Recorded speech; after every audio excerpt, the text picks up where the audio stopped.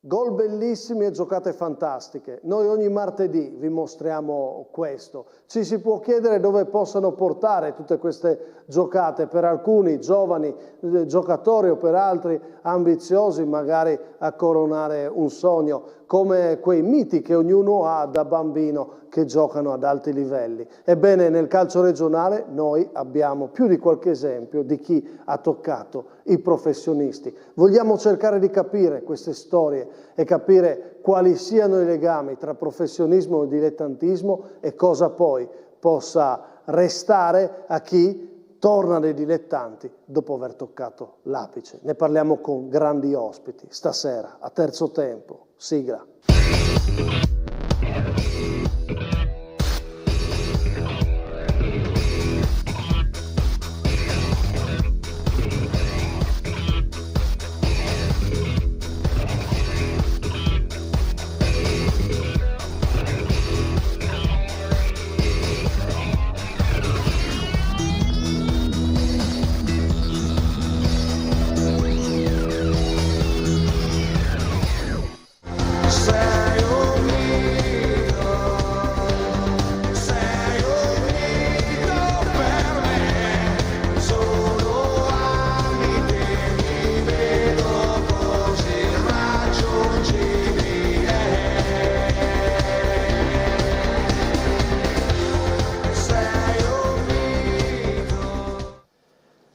C'è una bella curiosità quest'anno in Serie D, due vice allenatori che hanno due nomi forti, due storie forti da proporre nel nostro mondo dei dilettanti. Stiamo parlando di Maniero e Ametrano. Beh, insomma, francamente ragazzi, fare un assist a Birov in Udinese Inter oppure un gol di tacco su assist di Recoba, dai, anche io avrei voluto fare cose del genere calcisticamente nella mia vita. Invece sono qua a parlare al mondo dei dilettanti, ma non mi dispiace, però stasera con un occhio ai professionisti. Intanto benvenuti, Raffaele Ametrano, ciao mister. Buonasera. Pippo Maniero, ciao, buonasera. Grazie per aver accettato l'invito, ma insieme a voi vi ho messo uno dei grandi nomi del nostro calcio regionale, che nei professionisti, insomma, storica la cavalcata col Novara, e adesso è qua con noi Simone Motta. Grazie Buonasera. per essere a dare il tuo contributo. Collegato via Skype un altro grande nome del calcio regionale, dai professionisti a dilettanti. Beh, lui poi ha fatto gol in tutte le categorie del calcio, quindi è un mito, visto che parlavamo di miti, Denis Godeas. Ciao Denis. Buonasera, scusatemi se non sono in presenza, ma Massimo sa che sono vecchio, ho un po' di bronchite, quindi sono a casa. Un mito un po' acciaccato, dai, ma ci sta. Allora, però, poi io e i miei due grandi bomber stasera ho dovuto spostarli di grado. Di qua abbiamo gli ospiti seri, di qua Simone Fornasiere. Giustamente degradati stasera. Giustamente, esatto. Niente da dire. E Jimbo Zerri. Niente da dire. Ciao Massimo, Due buonasera. miti anche voi, ovviamente. Sì, nel nostro piccolo, dai, sì, dai. Allora io apro con la mia classica domanda. Qual è stato il vostro mito? Ognuno ha avuto un mito, insomma un idolo, mettiamola come vogliamo. Simone Motta.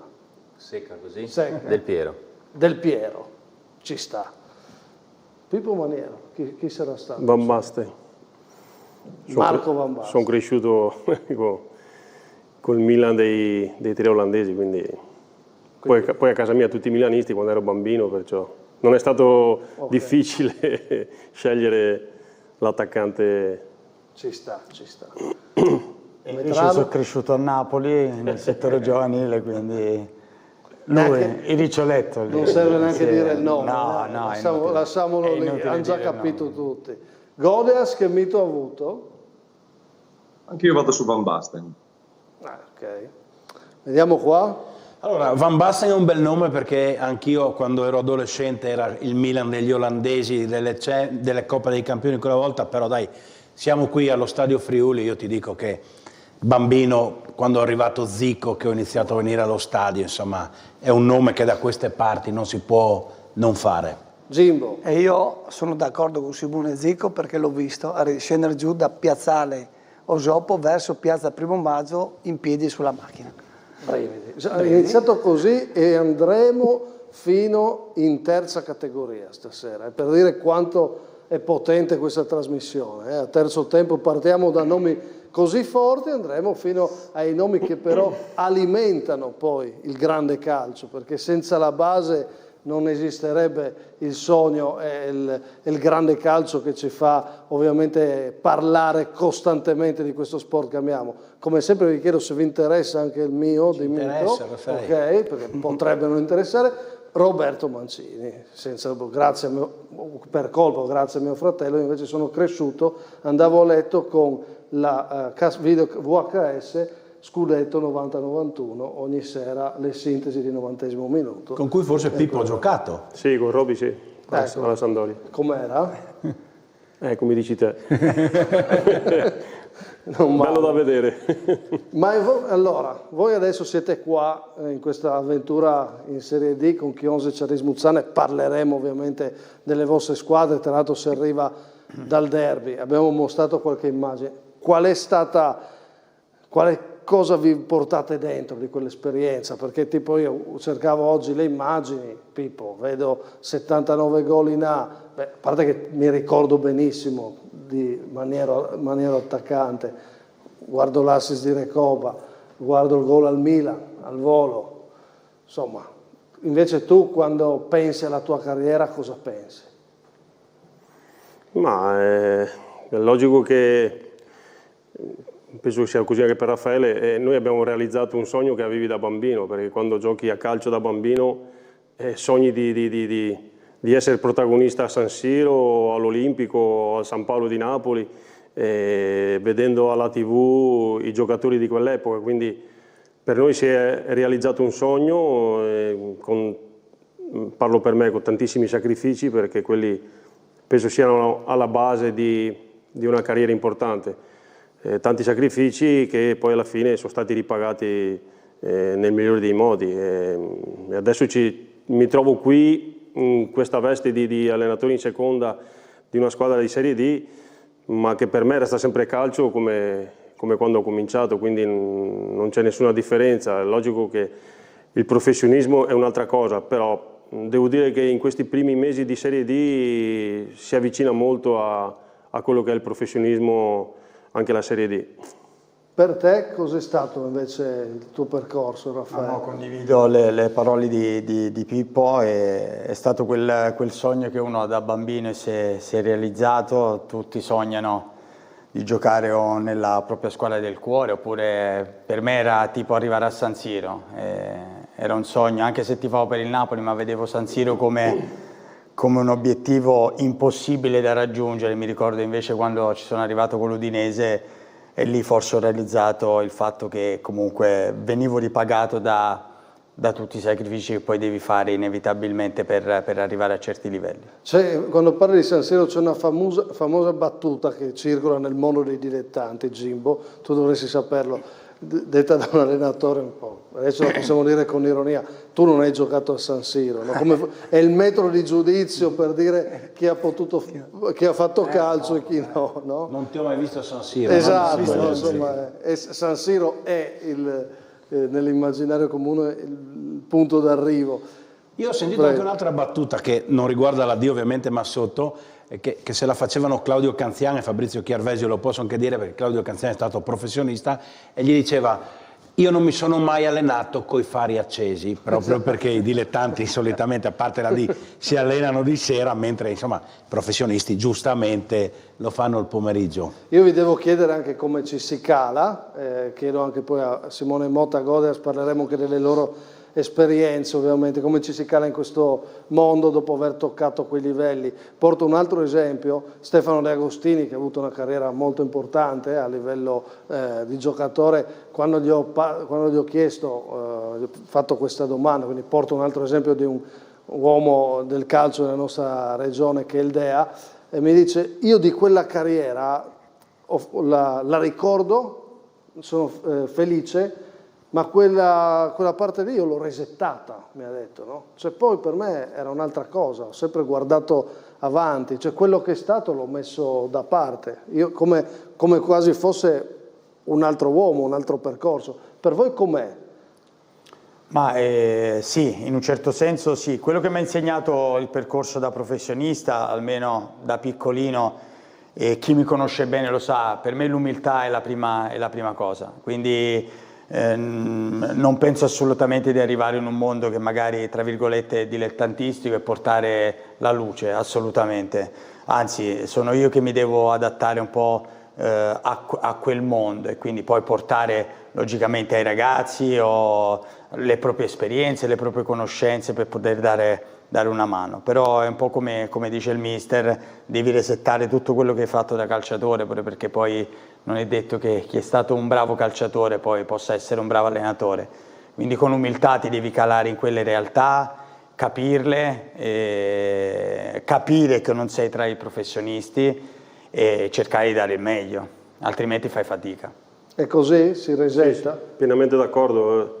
Volevo dire la stessa cosa, se lo chiedevi prima a me avrei detto le stesse cose di Raffaele, perché penso che l'umiltà di calarti in realtà diverse da quelle che erano per noi nei professionisti sia la cosa principale da fare, anche perché non giocando più, ahimè, l'unica cosa che possiamo fare è consigliare i ragazzi, dare dei consigli, dare scambiare delle opinioni. La cosa più semplice per noi da fare è quella lì, perché poi, sai, allenare, ognuno ha le proprie idee come allenatore, ognuno ha le proprie, diciamo così, modalità per far giocare i ragazzi.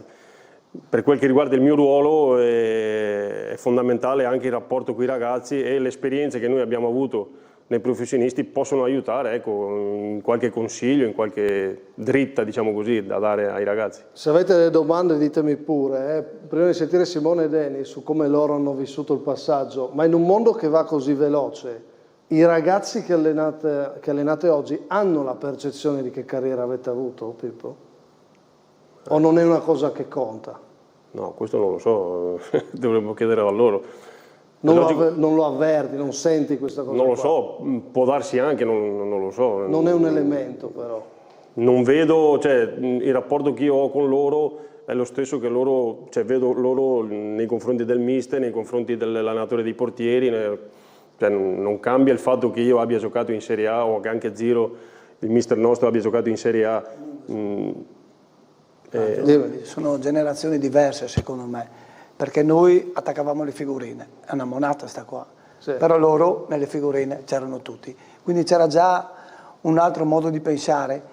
Adesso come adesso magari in una squadra non tutti conoscono, secondo me. Non è così scontato. Sì, qualche volta magari ti chiedono, non so, non è così scontato. Ti chiedono qualcosa di quello che è stato il mio passato, oppure ma quel gol che hai fatto. L'aneddoto, no? L'aneddoto, certamente. Però il rapporto, secondo me, è un rapporto tranquillissimo, normalissimo tra persone. Cioè, ma noi siamo vissuti con voi, quindi sì, anche la particolarità delle figurine non è una monata, perché sì, no, è vero, è vero. È una roba incredibile, era proprio una passione. Ah, sì, sì, beh. Ma io ti dico che avendo presentato qualcuno del Ciarlins, ovviamente, quando ho parlato con Menato, con Nicoloso e con altri attaccanti, ti garantisco che tutti mi hanno detto, Menato addirittura mi ha detto, beh, quando ho saputo che lì c'era Pippo Maniero io ho firmato subito, perché io da attaccante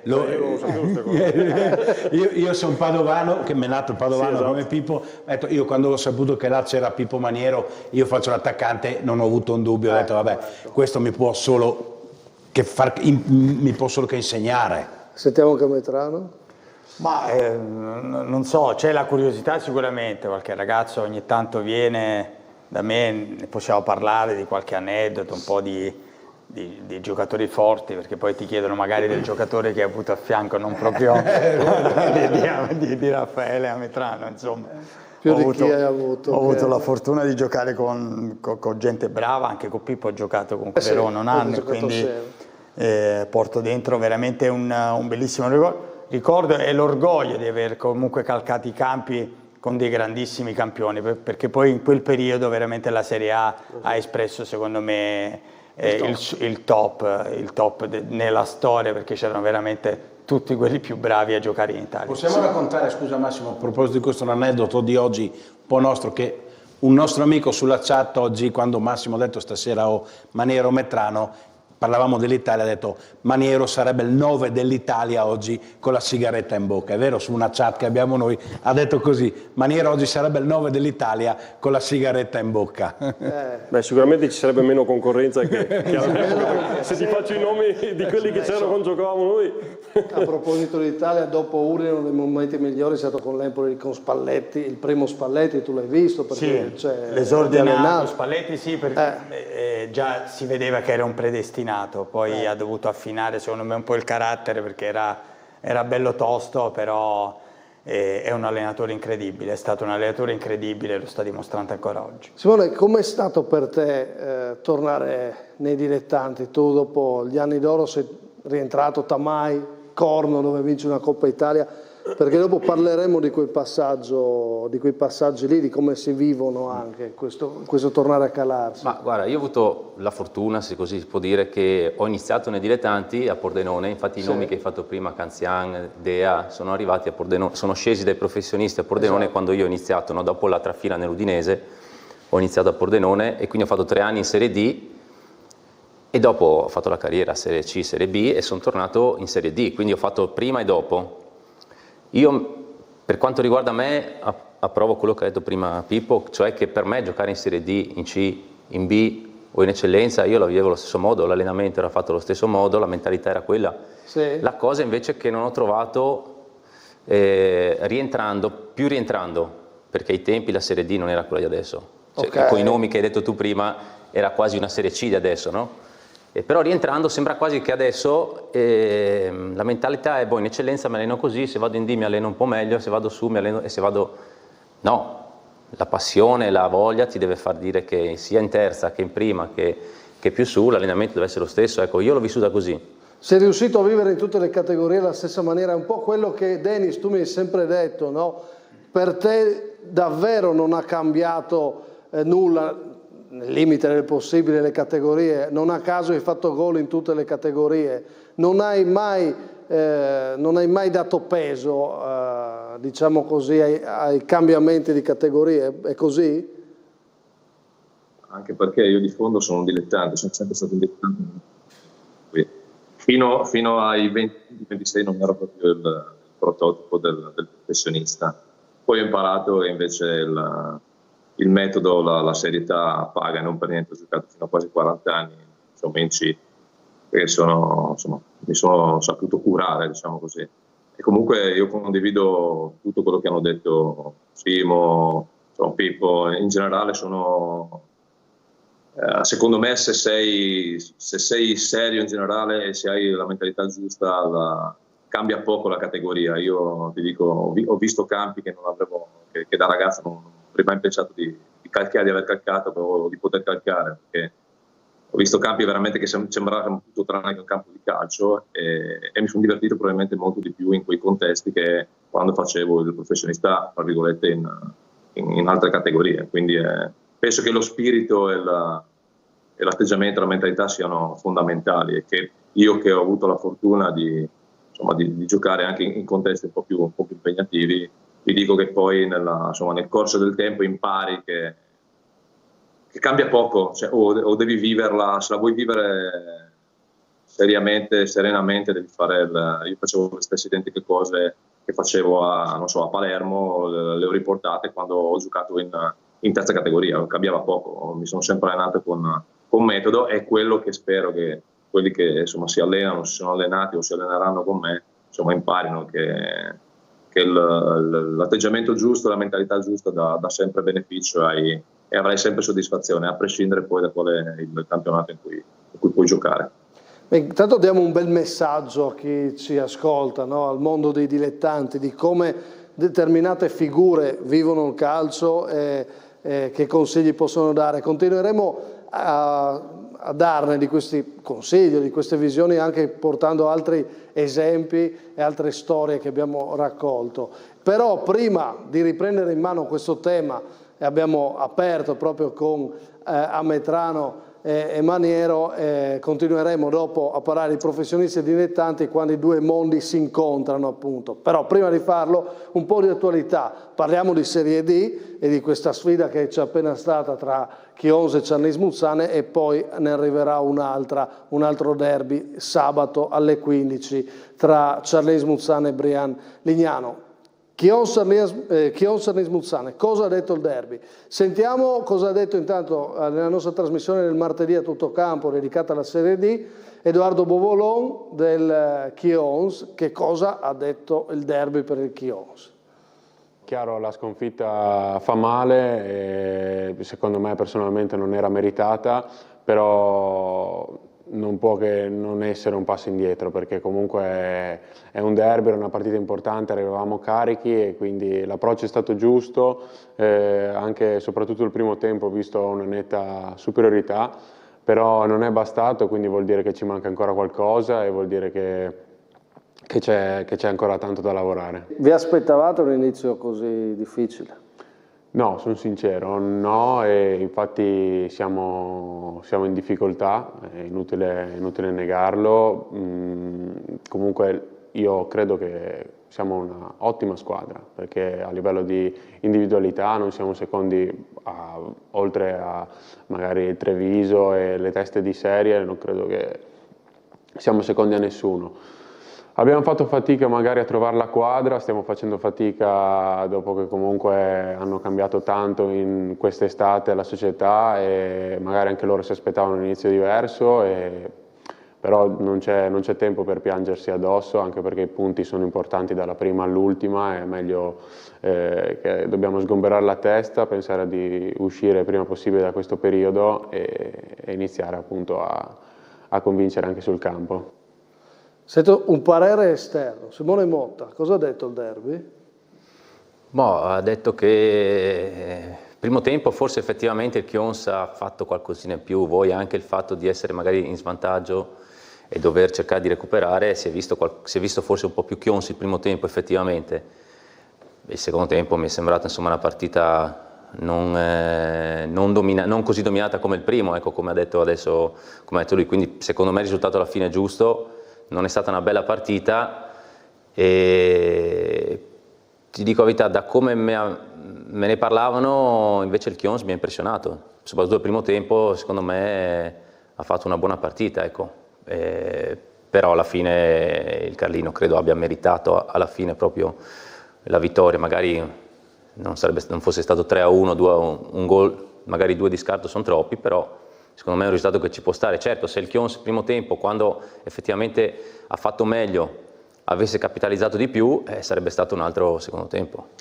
Quindi come avete preso questa sconfitta? Passi avanti da un certo punto di vista, però c'è il passo indietro del risultato, no? Sicuramente, poi le sconfitte fanno male, in questo momento abbiamo bisogno di punti e sicuramente non è stato un risultato positivo, però noi fino alla quinta giornata non eravamo ancora squadra, abbiamo fatto tantissima fatica, infatti abbiamo perso 2 scontri diretti in casa che in questo momento pesano sulla classifica con la Real Calepina e l'Avis. Quelle lì proprio... Questi punti in questo momento pesano tanto, però sono 3 partite che vedo la squadra che ha fatto dei passi in avanti, che pian piano sta cercando di risalire e di trovare un equilibrio, perché a Portogruaro a 10 minuti alla fine vinciamo 1-0, abbiamo battuto il Mestre in casa che è una squadra forte che dirà la sua in questo campionato, e domenica abbiamo fatto per gran parte della partita molto bene, secondo me per quelle che sono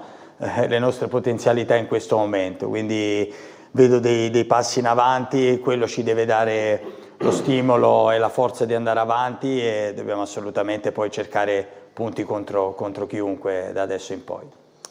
Pippo Maniero, Cernez Muzzane ha fatto, al di là di come, che ha fatto meglio la partita, ha fatto una cosa che doveva fare, vincere in casa.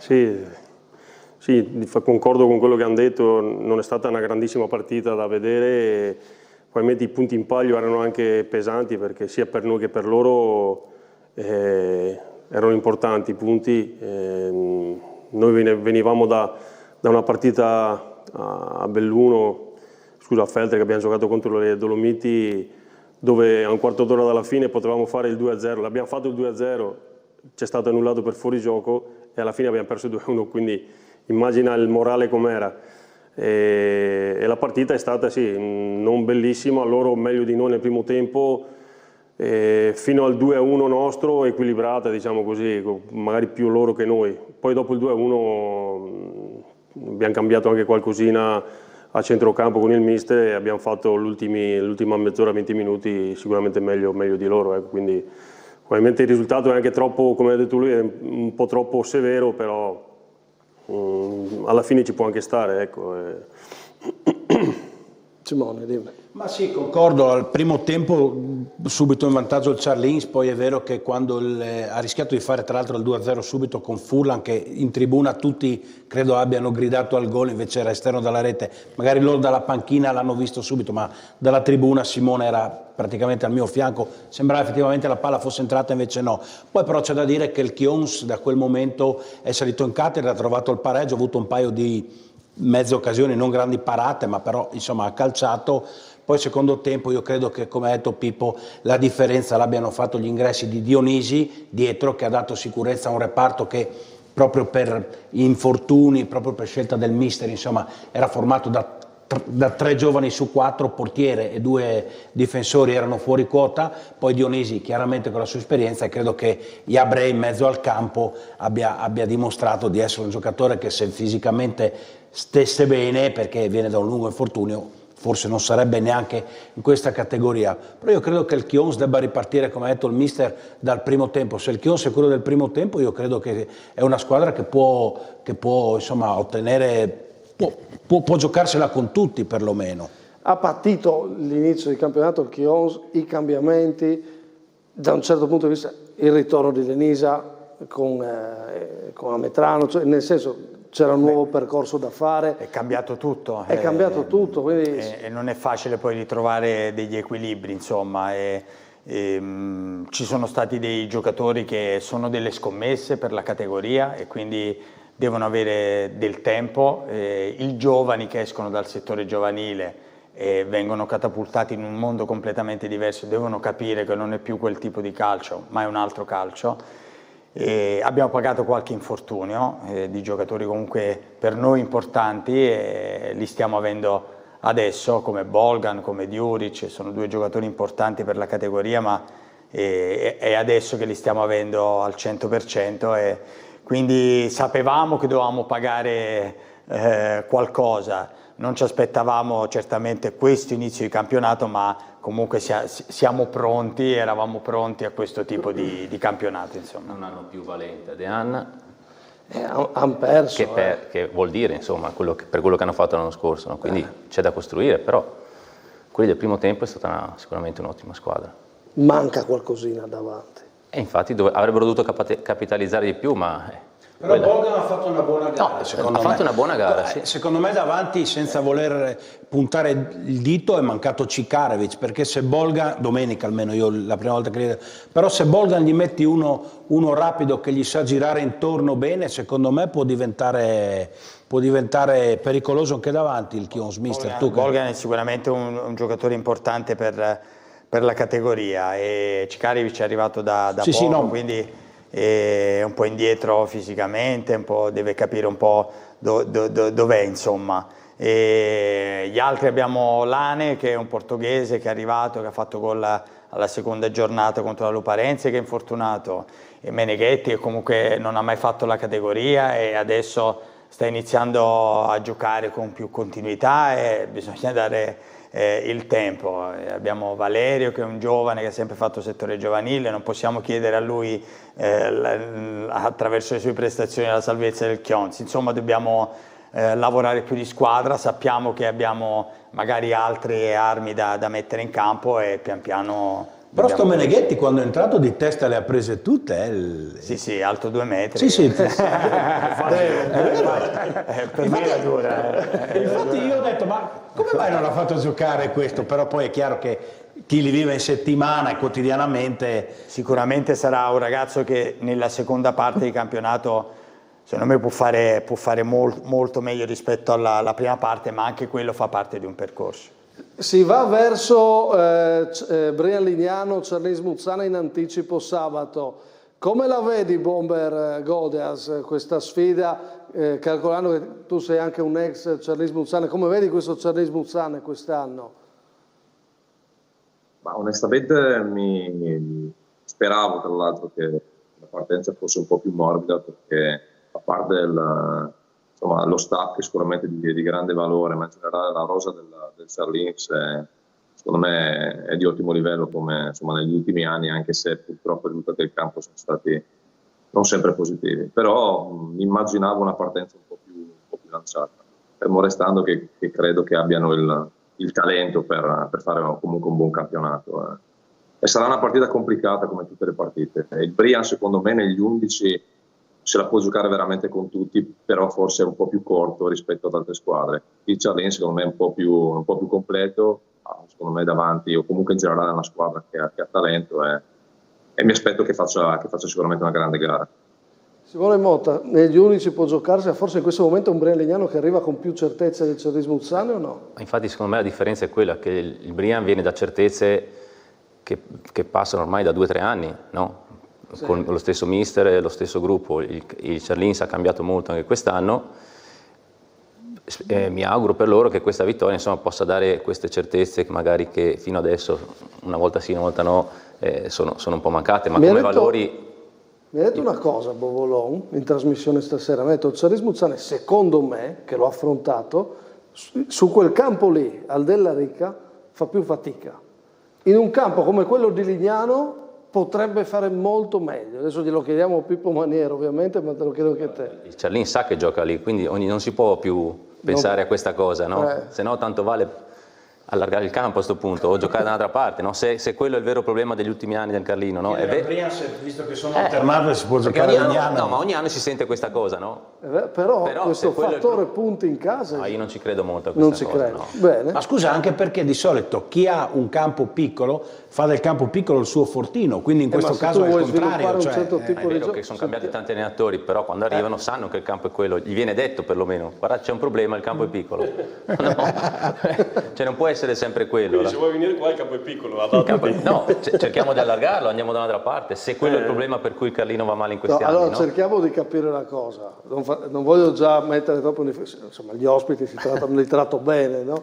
Però Pippo, diceva anche Golias, abbiamo detto tutti, ci si aspettava una partenza più lanciata, gliel'ho chiesto anche a Ziro dopo il Caravaggio, ho detto mister, il tuo arrivo ovviamente tutti ci aspettavamo qualcosa in più, lui ha detto assolutamente sì, io stesso, sì, no? Cosa vi siete detti? Siamo consapevoli di questo. Il fatto di aver cambiato tanti giocatori rispetto anche all'anno scorso, questo non è un alibi, però la realtà dei fatti è questa. Poi, sai, trovi un allenatore che ha un certo tipo di gioco, ci vuole un po' di tempo, di pazienza, anche se è una parola che in Italia nel calcio non si usa, cioè si usa spesso ma non viene mai applicata, però diciamo che nelle ultime partite, oltre a questo, avevamo visto anche un po' i ragazzi non combattenti, diciamo così, no? Per quello che è la categoria. Infatti abbiamo stuzzicato un po' loro nel fatto che si può vincere, si può perdere nel calcio e nelle partite, ma l'atteggiamento deve sempre essere un atteggiamento positivo, un atteggiamento di una squadra che vuole cercare di vincere tutte le partite possibili, quindi era mancata un po' di questa cosa qua in alcune partite, ecco, era la cosa un po' più che risaltava, perché poi per quanto riguarda il gioco, secondo me un po' alla volta c'è solo da migliorare, perché abbiamo dei buoni giocatori, ottimi giocatori per la categoria, e sono convinto che faremo un buon campionato. La differenza la fa l'atteggiamento che tu metti in ogni partita, quello secondo me, come del resto in tutte le categorie, non è che... Però se tu hai una buona squadra e non metti quella cattiveria agonistica, quell'atteggiamento giusto, difficilmente ottieni i risultati. Sì, domenica c'era anche il presidente in panchina. Sì, abbiamo vinto e mi sa che adesso... Viene sempre. No, però insomma, quando si vede il presidente in panchina, era già successo di vedere Vincenzo in panchina, quindi ogni tot lo fa, ed è una Io la trovo una cosa che ha un valore dal punto di vista della comunicazione per la squadra, no? Nel senso di voglio essere con voi. Io non lo vedo, dipende dai momenti, sono momenti che può essere una cosa negativa e momenti una cosa positiva. Come si vive il presidente in panchina?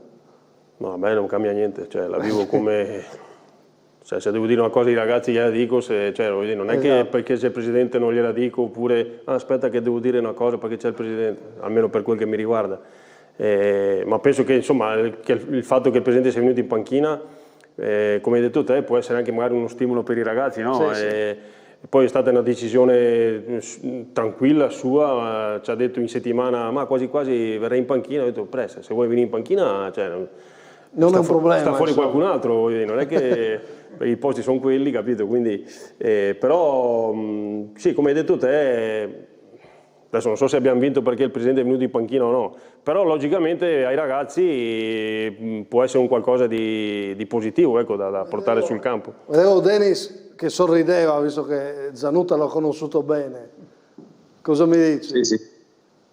Il presidente è quello che paga, quindi fa come gli pare, come sempre. Però credo che sia uno stimolo poi alla fine, che insomma ti può dare una mano, fermo restando che secondo me nel lungo periodo poi c'è assuefazione, quindi cambierebbe poco, ma magari nella partita secca, soprattutto per i ragazzi magari che sono più giovani, vedere comunque una figura di riferimento che ti viene a dare una mano o a vedere la sua presenza può essere una cosa positiva. Prima di lasciarti, Denis, ti ringrazio per essere stato con noi collegato fino adesso e a dare il tuo contributo a questa trasmissione.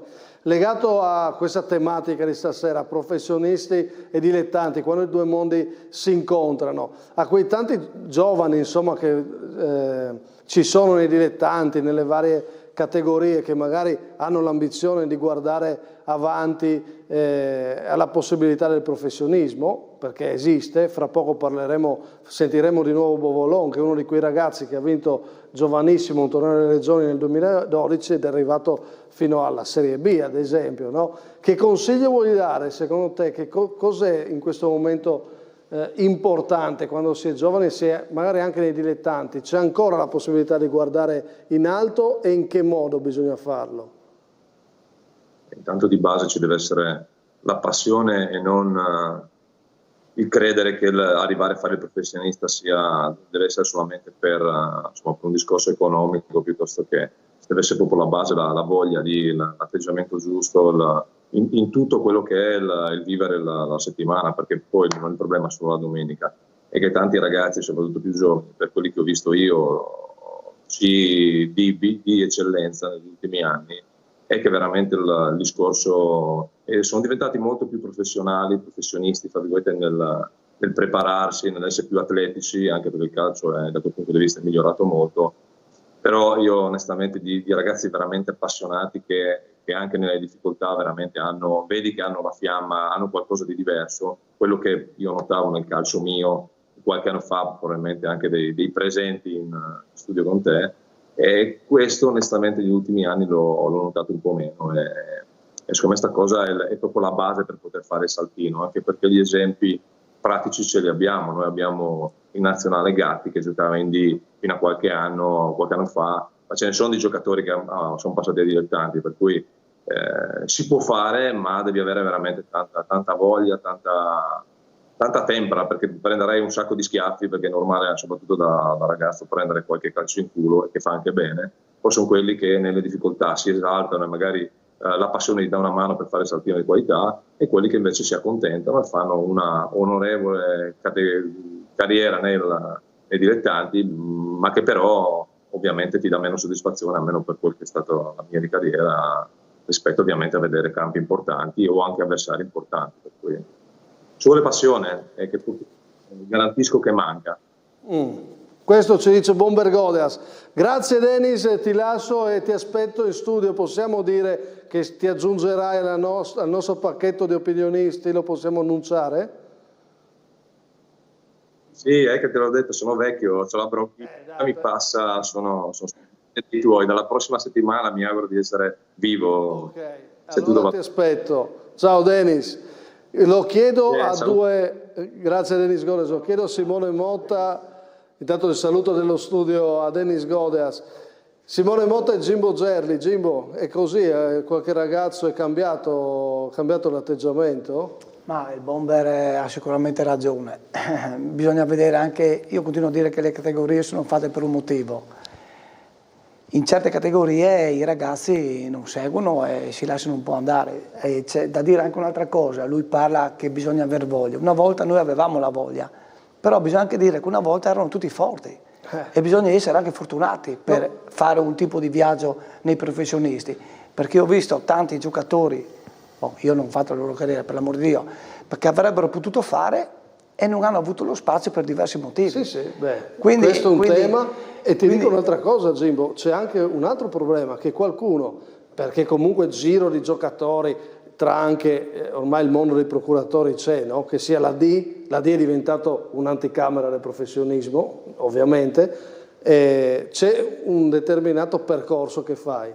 Poi il rischio qual è? Se non arrivi lì, magari non hai più la voglia di fare la tua carriera con quella passione che dice Godes, in eccellenza, in promozione. Può capitare quello, e se comincia a fare il giro un po' più in alto, no? Sì, succede, Dobbiamo stare qua 2 giorni a parlare, se ci mettiamo procuratori, situazioni particolari, fuori quota, no? Si aprono discorsi infiniti. Io rimango sul fatto che ho detto prima, che qui mi basta allenarmi così, più su mi allenerò meglio. Ti faccio un esempio, perché sono arrivato nei dilettanti a Corno, c'era Diav. Dimmi come poteva stare in eccellenza uno come Diav. E in eccellenza faceva 15 gol, non ne faceva 40, ma se si fosse allenato come doveva allenarsi, ne faceva 50 di gol, no? Tant'è che l'anno dopo, adesso chiudo, sentendolo mi ha detto: avevi ragione, se ti dice così, quando dici certe cose, mi ha fatto piacere, ma vuol dire che si è reso conto. E ti ha dati, cioè uno che così non poteva fare 15 gol in eccellenza, no? L'eccellenza che diciamo è peggiorata rispetto a prima, se diciamo così c'è qualcosa che non torna, quindi... Bel tema. E tra l'altro un cambio passo Diav che si vedeva però era in eccellenza. Sì, è vero. È andato a Tamai con Stefano, che mi ha chiamato, com'è? Guarda, così, è vero, era così. Lentella, mi pare, no? Sì, però non può essere in eccellenza uno così, capisci? Quello voglio dirti. Che incrocio però, a proposito, a noi piace raccontare un po' di storie, no? Vedevo prima, abbiamo proposto il tuo gol a Lignano in Coppa, no? Un po' quelli di Novara, ma pochi, insomma, abbiamo pescato qualche immagine da internet. L'incrocio è stato tu che finisci il tuo percorso, lui che inizia quello da professionista. Era una Virtus Corno incredibile, ne abbiamo parlato la scorsa settimana con Libri. Che eravate... Ho fatto anche autogol quella finale lì. Tu hai fatto anche autogol. Per quello esultavi dicendo scusa, prima non era la porta giusta, no? Sì, no, era una bella realtà. È ancora una bella realtà la Virtus Corno, la conoscete tutti, insomma, i regioni. Penso che quella... tornando sempre ai discorsi che facciamo prima, che non li abbiamo fatti a caso, e scoprendo che anche loro che hanno vissuto palcoscenici ancora migliori hanno detto più o meno le stesse cose. Cioè, per me la finale, giocare la finale, io ero teso a giocare la finale di eccellenza a 38 anni e vincerla è stata una soddisfazione che, cioè, così fatto, ho vinto 3 campionati e la Coppa di Eccellenza, me la segno, non è che è lì tanto perché tanto era fine carriera. Questione di mentalità, Raffa, no? Sì, parlando dei giovani, a me 2 cose ho notato, cioè che secondo me il primo è il regolamento degli under. Secondo me non ci dovrebbe essere nel mondo dei grandi, perché già lì ci sarebbe una prima scrematura, no? Perché io a 19 anni ero in C e mi dovevo sudare una maglia, mi dovevo sudare 10 minuti, mi dovevo sudare un quarto d'ora per fare una presenza, insomma. E secondo me questo non aiuta i giovani, perché poi quando escono dalla loro età così per giocare, molti non giocano più, proprio perché non hanno capito bene come funziona questo mondo. E un'altra cosa che noto è la faccia, giocano, non giocano, fanno bene, fanno male, è sempre quella, quindi fai anche fatica un po' a percepire le loro emozioni. No, è quello che sto notando e sto cercando di capire o stimolare pure certe cose, perché quella regola lì secondo me non li aiuta. Ti faccio sentire invece Bovolon che ci ha parlato di come ha vissuto lui il fatto di essere arrivato, ha fatto il percorso in ascesa, adesso è dovuto tornare un po' indietro e ripartire in D, proprio anche da un posto più di casa, no? Chionze, nella sua terra. Sentiamo cosa ha detto. Io col senno di poi adesso ripensandoci non riesci secondo me a realizzare quello che ti sta succedendo, perché ti succede sempre, poi io sono stato fortunato perché sono riuscito anche a vincere campionati, quindi a scalare categorie. Sì. E adesso ripensandoci io in Serie B non ero consapevole di essere in Serie B, non so come spiegarti, ma era come fosse stato un processo naturale, quindi magari non mi sono goduto appieno tutti i momenti perché non hai il tempo, hai sempre quella fretta di pensare alla partita dopo, di pensare alla stagione successiva, è sempre in costante lavoro su te stesso e magari se posso dare un consiglio è quello di soffermarsi anche a godersi i momenti e a realizzare quello che si sta facendo, perché io personalmente mi ritengo ancora giovane e spero di tornare nelle categorie superiori, però ripensandoci forse avrei dovuto un attimo godermi di più quel momento lì. Quel momento che devi tornare indietro, come si vive? Devi essere tanto forte mentalmente. Io ho fatto un po' di fatica l'anno scorso a accettare, anche viste le promesse di tanti conoscitori di pallone che magari ti avvicinano e ti dicono e poi magari tu sei fuorviato oppure vieni un po' messo in mezzo, quindi devi lavorare tanto su te stesso e devi subito calarti nella parte e capire se accetti quella cosa lì e quindi ti ributti, ti riprovi a riscalare tutte le montagne che hai già scalato oppure se invece vuoi soccombere ti adagi e va tutto bene. Io personalmente anche sono tornato in Serie D per rilanciarmi perché io credo di dover dare ancora tanto al calcio e credo di averlo anche dimostrato. E quindi è tutto mentale, è tutto un ragionamento che devi fare con te stesso e vedere come ne vuoi uscire. Dimmi. Volevo dire che a proposito di Friulana D, sabato c'è Brian Ciarlins, anche il Brian a Bearzotti. Bravo, che ha Bearzotti una quindicina, ventina di presenza in A col Verona, quindi sì. Insomma è un altro nome. È un altro nome delle 3 regionali che insomma è importante. Però questo mi aggancia per dire che avere in squadra comunque un ragazzo come lui che mi dice io devo far bene per me stesso, per la squadra, perché quest'anno è importantissimo, questo dà motivazioni, no? Può essere un valore aggiunto? Ma Bovolon per noi è un valore aggiunto, è un ragazzo intelligente, un ragazzo per bene, il nostro capitano, è arrivato a Chionse, l'abbiamo fatto capitano proprio perché vediamo in lui delle caratteristiche che difficilmente trovi in giro. Lui ha ancora l'ambizione di arrivare di nuovo nelle categorie professionistiche e questo può essere un esempio per i tanti giovani oppure anche per i ragazzi che hanno più o meno la sua stessa età, può essere un esempio e uno sprono per gli altri calciatori, insomma. Perché il tempo c'è, è un 98 lui, insomma. Il tempo c'è sempre, ma quello che non deve mancare magari è il sogno che tu hai di tornare in altre categorie, ti può spingere, perché poi vivacchiare in questi campionati secondo me alla fine ne esci con le ossa rotte. Certo, per chiudere questa parte, quindi per Ametrano, Maniero e Simone Motta, cosa ha significato tornare nel mondo o finire nel mondo dei dilettanti? Perché Maniero non so che se l'aveva mai fatto prima, no? Perché ha sempre fatto settori giovanili importanti. Quindi... Sì, io ho fatto settore giovanile a Padova, però ho avuto un'esperienza quando ho smesso di giocare con i professionisti. Sì. Siccome avevo ancora voglia di giocare, magari non a livelli, e ho fatto un campionato di eccellenza con la Piovese a Piove di Sacco, che è dalle mie parti, che tra l'altro sul girone nostro quell'anno, era il 2006 mi sembra, c'era anche la Virtus Vecomp, che adesso era nel girone nostro. E ti devo dire che, a parte il divertimento, che mi sono divertito da morire perché sono tornato indietro, sai, portarti la borsa, andare a casa, lavare la roba, le scarpe, erano le luci dei fari dell'allenamento, tutte cose nuove che non avevo mai provato, no? E quindi mi sono divertito. Però ti devo dire una cosa, ho dovuto calarmi in quella realtà là, se no, come ha detto lui prima di quel giocatore che parlavi prima, se non ti cali nella realtà del dilettanti, dell'eccellenza, della promozione, dove giochi, non è perché tu hai giocato in Serie A o in Serie B fai 50 gol, non è così. Ti devi adattare e ti devi adeguare alla realtà che tu stai facendo in quel momento là. E non è semplice quando tu sei stato professionista. Sono stato bravo ad adattarmi senza nessun tipo di problema e mi sono divertito e abbiamo vinto anche il campionato. Pensa a te, siamo andati in Serie D. Ecco, per te?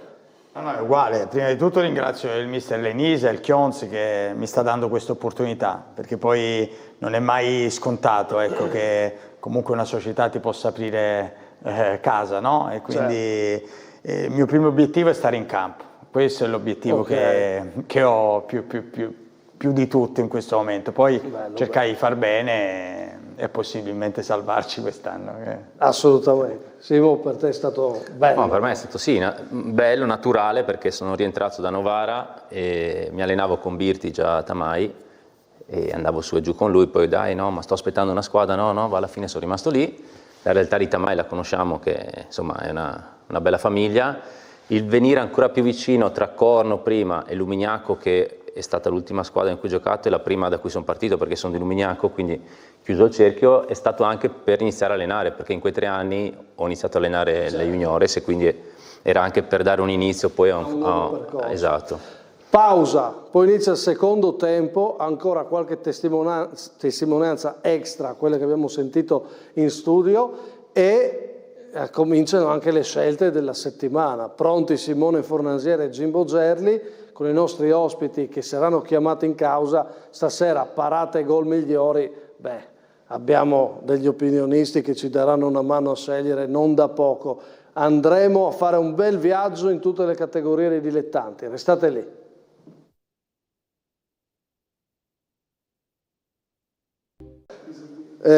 Maniero Metrano, la grande sfida è anche una trasmissione che ha una durata piuttosto importante, no? Ma adesso capirete perché possiamo tenere questo ritmo. Guardate come vi faccio correre in questo secondo tempo di trasmissione. Tante storie di dilettanti, così vi incuriosite un po'. Partiamo intanto legati al tema professionisti nei dilettanti.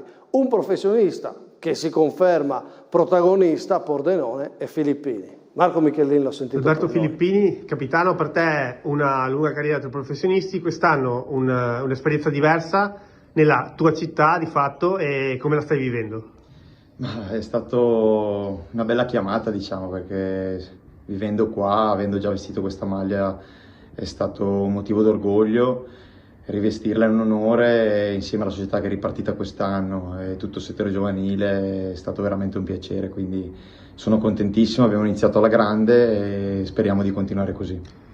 E che effetto ti fa giocare in promozione, insomma, dopo così tanti anni di professionismo e anche negli ultimi anni di eccellenza?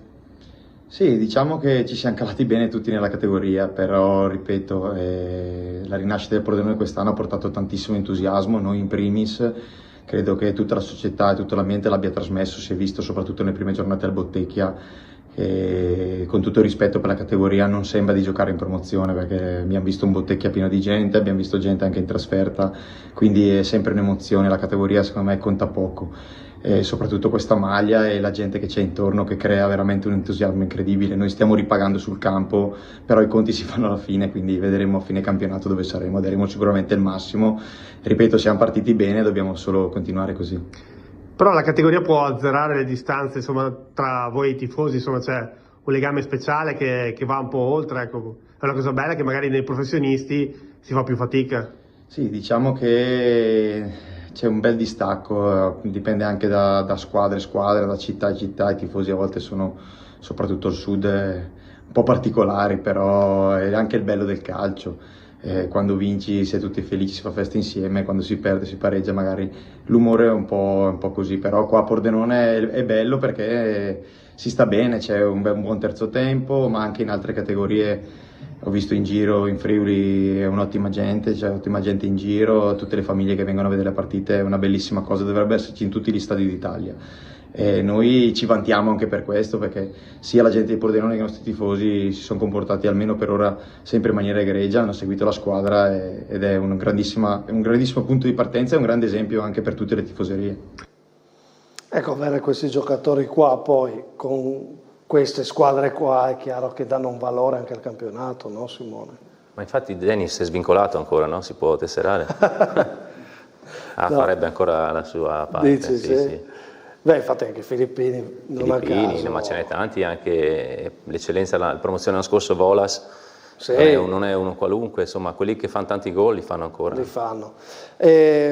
Altro giocatore che ha fatto il professionista e adesso è allenatore alla Forum Friuli. Sentiamo Bradasca come ci racconta il suo rapporto nel mondo professionista e cosa è successo poi e come ha vissuto il tornare nei dilettanti.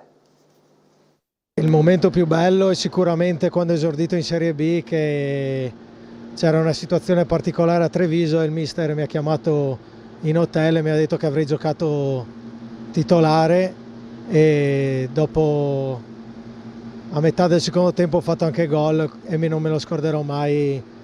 L'abbraccio che ho dato ai miei genitori a fine partita è stato spettacolare, bellissimo.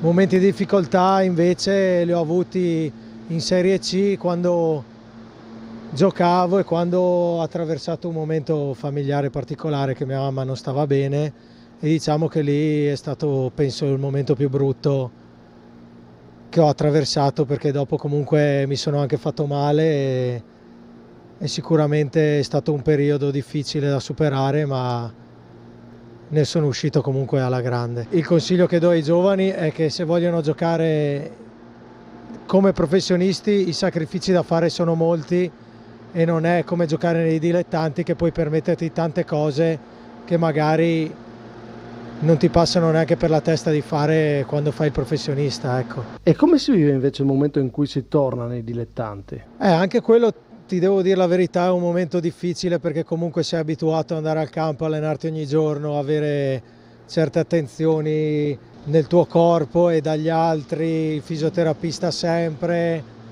preparatore, gente che comunque ti sta dietro tutto il giorno, e nei dilettanti ovviamente cambia tutto e devi essere bravo a calarti subito nella parte, perché tutti quelli che dai professionisti passano ai dilettanti penso abbiano un mese e mezzo in cui si trovano veramente in difficoltà, ma non per cattiveria o per presunzione, è proprio un passaggio di abitudine completamente diverso. Poi io ti dico la verità, ho avuto mister e compagni sempre ottimali, quindi mi sono adeguato e mi sono trovato benissimo anche nei dilettanti. Adesso Bradasca allena con grandissima passione, voglia, grinta questa Forum Friuli, che tra l'altro a un certo punto sembrava vicinissimo a Metrano. C'è stata una possibilità, sì. Io poi abito a Cividale, conosco la società, hanno passione, hanno competenze e sono veramente tanto tifoso di questa squadra, quindi gli auguro veramente tutto il bene possibile. Però insomma la D era... Sì, era comunque il mio obiettivo partire insomma dalla Serie D, sì. Fare il secondo allenatore è una cosa provvisoria per voi oppure può essere un percorso continuativo? Allora, per il momento non penso ad altre cose, perché in questo momento è importante quello che sto vivendo, il presente, e quindi come ho detto prima ringrazio il mister Lenisa che è una persona, prima di tutto è una grande persona, cosa che nel calcio di oggi fai fatica a trovare. Da lui posso apprendere quell'esperienza di questi campionati che a me mancava e manca tuttora, e quindi questo percorso può essere molto formativo per me, quindi questo andiamo è importante. Con calma. Per te Pippo? Sì, la stessa cosa. Quindi non escludete... ho avuto anch'io la fortuna che la chiamata del mister di Zironelli ho accettato molto volentieri, perché anche per me è un mondo nuovo, nel senso che a livello di dilettanti Serie D è il primo anno che ho la fortuna di far parte di una squadra, quindi tutte cose nuove che spero mi possano aiutare più avanti, ma per il momento voglio solo dare una mano per quello che posso al mister e alla squadra. È il momento di cominciamo a dirvi che scelte abbiamo fatto in questo fine settimana del calcio dilettanti, il miglior giocatore. Andiamo con la clip.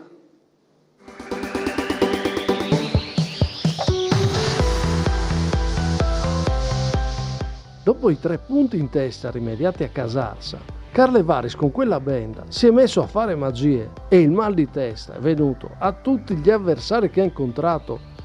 4 gol e un rigore procurato nel 5-0 dato all'Azzurra in Coppa, gol e assist nella vittoria in campionato con il Fagagna, perché non bisogna dimenticarsi che nel primato del San Luigi, seppur sorprendente, c'è uno dei migliori giocatori della categoria.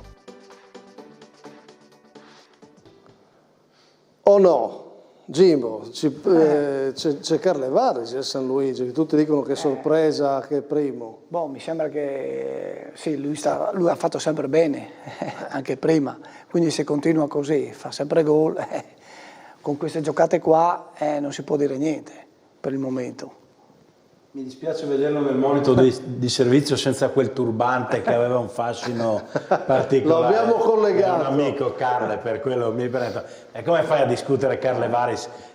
Ma neanche in D. Altro ex Charles Muzzana, tra l'altro. Si è passato quindi, però dai. Ma soprattutto simbolo di San Luigi. Ciao Andrea, buonasera. Ciao, buonasera a tutti. Come stai con quella benda in testa? Tutto a posto? Bene, guarda, ce l'ho. Ma adesso la tieni tutto il campionato? Non la mollo più. Esatto.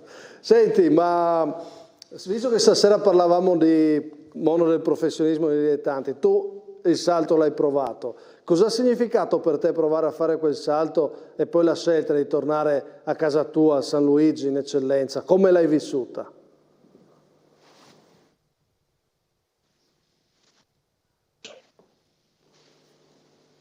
Eccoci, ti ho perso un attimo.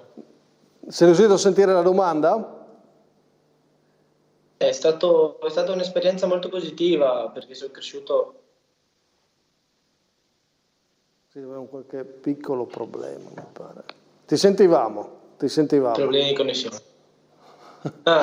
No, è stata un'esperienza sicuramente positiva perché sono cresciuto prima di tutto come ragazzo. Andare via di casa a 19-20 anni, insomma, ti forma come uomo e non posso negare che sia stata un'esperienza positiva anche dal punto di vista calcistico. Ho conosciuto tante persone, sono cresciuto, ho visto mondi diversi, ho visto spogliatoi diversi e poi sono arrivato a un certo punto in cui se le cose non andavano mi ero promesso che avrei dovuto fare una scelta, così purtroppo è stato e insomma la mia scelta è ricaduta sul ritorno verso casa. Senti, e quando è arrivato questo momento di scegliere, di tornare a San Luigi, diciamo, sei riuscito a ritrovare subito la serenità, insomma, il divertimento che c'era prima, o un po' di strascico c'è quando si chiude quel percorso lì? Dipende da come inizi prima di tutto, perché la mia fortuna è stata che sono rientrato subito abbastanza bene. E l'ambiente che trovi, principalmente secondo me io ho trovato un ambiente sereno che conoscevo già e quindi questo è stato tutto più semplice, mi ha semplificato il tutto. È ovvio che sia un cambio netto nelle realtà. Io personalmente rispetto ad altri sono cresciuto nel mondo dei dilettanti, poi sono andato nei professionisti e poi sono tornato indietro, quindi diciamo che questo balzo sia meno grande. Per uno abituato ad aver sempre fatto i professionisti e ritrovarsi poi i dilettanti è un bel salto, un bel cambio di mentalità, di approccio e di tante cose. Simone Motta ci diceva stasera l'importante è allenarsi in ogni categoria con la stessa mentalità. Tu questa stessa mentalità mi pare che ce l'hai, perché ti abbiamo rivisto di nuovo in splendida forma con il tuo San Luigi, benda a parte. No, condivido il discorso soprattutto dal punto di vista dell'approccio proprio all'allenamento, no? Quando si è nel mondo dilettanti una persona lavora ed è abituata a fare le cose nel modo migliore che può farlo. Poi uno che torna e si cala di nuovo nella realtà dei dilettanti deve portare un po' i principi che gli sono stati trasmessi. A me è successo, ho avuto delle bellissime persone, dei bellissimi spogliatoi che mi hanno insegnato a approcciare l'allenamento nel modo giusto, con l'intensità giusta, ed è quello che sto cercando di portare. Sono ancora giovane, ma insomma come sono stati i vecchi per me, io cerco di farlo uguale con i giovani con cui ho un buonissimo rapporto. Certo, dimmi un'ultima cosa volete fare con questo San Luigi che adesso siete lì davanti? Viviamo il momento, secondo me. Non dobbiamo fare voli, non dobbiamo creare aspettative troppo alte, vivere la settimana in settimana. Finora le cose stanno andando bene, ma non stanno andando bene a caso, secondo me. Abbiamo un gruppo forte, un'identità forte, qualità in tutti i reparti, degli innesti che sono stati mirati e quindi insomma è giusto che voliamo bassi, ma dobbiamo essere consapevoli che siamo una buona squadra e che possiamo ambire a qualcosa, o quantomeno ambire a un campionato importante, ecco, non come l'anno scorso che è stato un campionato un po' negativo. Ecco, avete ritrovato lo spirito San Luigi, no? Rispetto all'anno scorso, che un po' qualcosa era successo. Sì, sono pienamente d'accordo, anche perché gli innesti nuovi sono tutte persone che o avevano già giocato a San Luigi o avevano quell'approccio e quel modo di vivere il calcio giusto per l'ambiente San Luigi. Ok, allora mi dite se volete farmi cambiare idea sul miglior giocatore o se tenete Carlevaris, se volete aggiungere qualcosa. No, allora io ti dico tengo Carlevaris perché ha fatto 4 giorni splendidi e poi è stato bravo perché si è ricordato da dove è partito, ha vinto il torneo delle regioni con Spollero e gliene ha fatti 4 mercoledì, quindi si è ricordato da dove è partito. No, dai, credo che sì, il giocatore della settimana, proprio intesa come settimana e questa volta della durata di 7 giorni sia Andrea, perché insomma è stato decisivo e come. Sì, sono d'accordo anch'io. È stato uno dei protagonisti assoluti. Sì. Beh, un'ultima battuta, che serata con l'Azzurra, no? Forse al di là di tutti i percorsi che abbiamo detto che uno può provare, quando si torna in ogni categoria a fare 4 gol, sono quelle serate che si ricordano, no? Sì, ero veramente molto contento anche perché era da un paio di partite che non segnavo e mi ero promesso che avrei dovuto portare un pallone a casa quest'anno e ce l'ho fatta. Grande, Andrea, allora sei il miglior giocatore scelto questa settimana tra gli MVP di ottobre, quindi ti aspetto il prossimo mese nella nostra puntata, segnatelo in agenda. Grazie Andrea Carlevaris e noi dopo aver scelto il miglior... Ciao Andrea. Ciao. E dopo aver scelto il miglior giocatore, ecco la miglior squadra.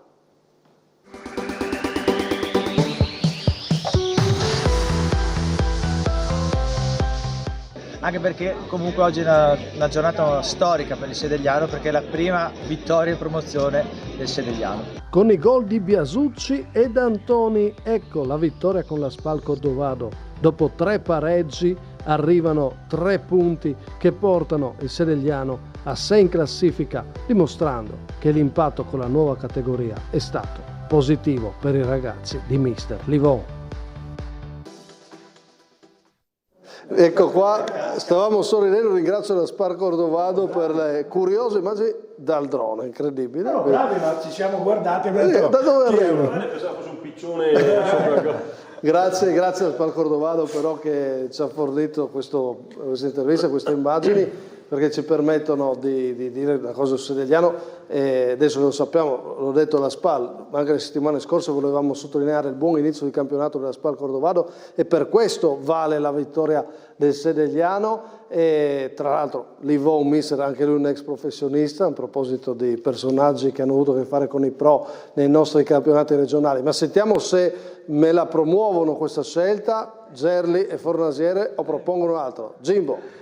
Io invece vado giù di un paio di categorie e vado in seconda categoria, che ti metto in difficoltà, e dico il terzo di Aquileia. Perché?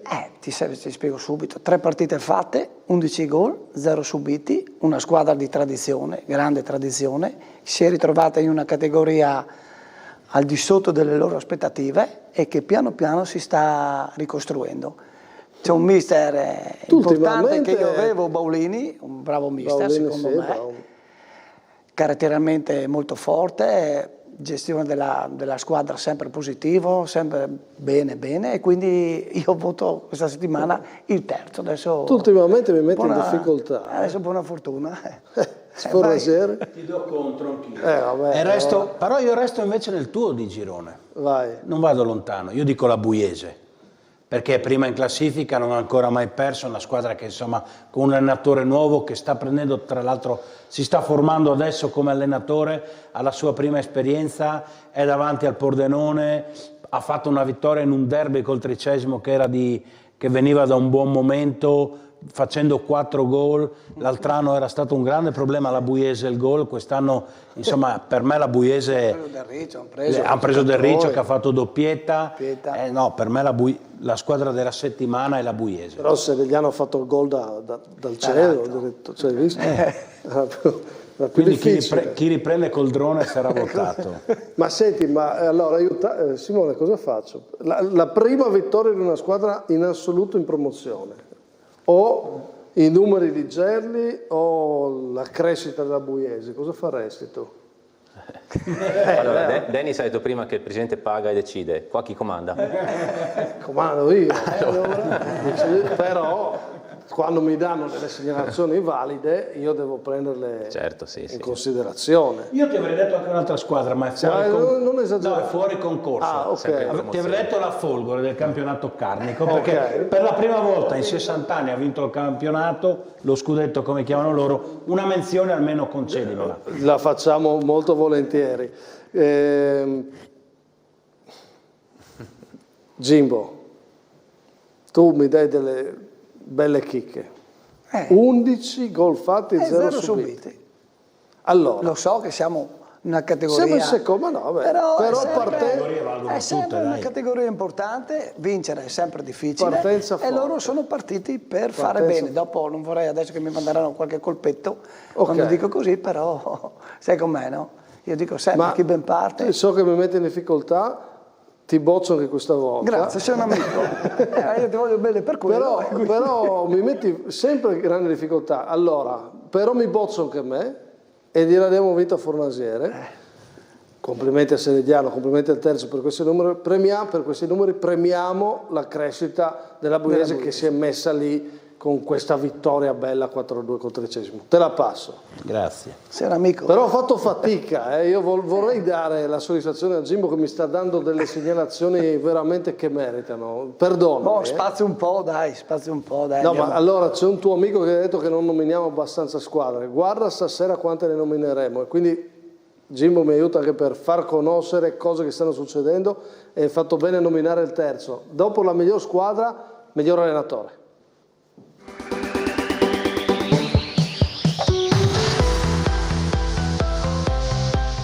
Nel giorno in cui il Fontana Fredda ricorda la prima storica vittoria al Tognon datata 13 ottobre 74, Malerba, 50 anni dopo, vince la quinta gara in questa eccellenza. I rossoneri sono la squadra che ha vinto di più e questo primato diventa ogni giorno più sorprendente e lui, dopo essere stato un giocatore convincente in maglia rossonera, diventa anche una certezza come mister. I 15 punti ormai non sono un caso e il lavoro dell'allenatore va sottolineato.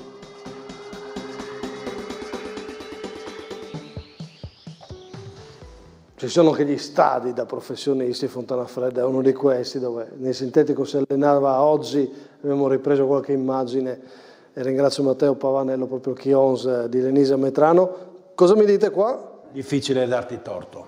Malerba. Fontana Fredda sta facendo neopromosso, squadra che io pensavo veramente dovesse giocare per salvarsi, poi il campionato è ancora lungo, prima in classifica Malerba, direi che poi all'esordio, no? A Fontana Fredda come allenatore direi che è entrato col piede a martello. Promosso. Ti promuovo anch'io, ma avrei anche un altro nome. Fallo. Che è Marchina del Deportivo, prima categoria Girone B. Ha sempre vinto, squadra strutturata per salire, però sai che vincere non è mai facile e lui per il momento sta facendo molto bene, sì. Bravo, ha fatto bene a ricordarlo. Teniamo d'occhio il Deportivo. Però a squadra il Deportivo. Però a squadra. A Marco Marchina voglio bene. Strutturata per vincere, però vincere non è mai facile. Non è detto che una squadra strutturata. No, ma soprattutto, come dico sempre, è bene ripetere, perché bisogna ripetere tante volte le cose. Mi raccomando, questo ve lo consiglio, perché ho notato che anche se lo dico, poi quando vado in giro, ho detto Ma l'ho detta sta cosa, ma non se lo ricordano. Quindi ripeto, noi facciamo il gioco, ma è un modo per citare più squadre, più storie possibili. Quindi il fatto che voi mi proponete altro, proprio per dire, guardate che quante storie ci possono essere, che è giusto portarle, dirle e menzionarle. E il Deportivo, che è partito forte con Marchina, è un'altra segnalazione di Jimbo Gerli. Miglior allenatore quindi Malerba del Fontana Fredda. Andiamo velocemente però anche col non va. Il non va questa settimana praticamente me l'ha dichiarato Zanutti del Monfalcone, sentitelo. La gran botta! Non va. Bisogna cambiare atteggiamento.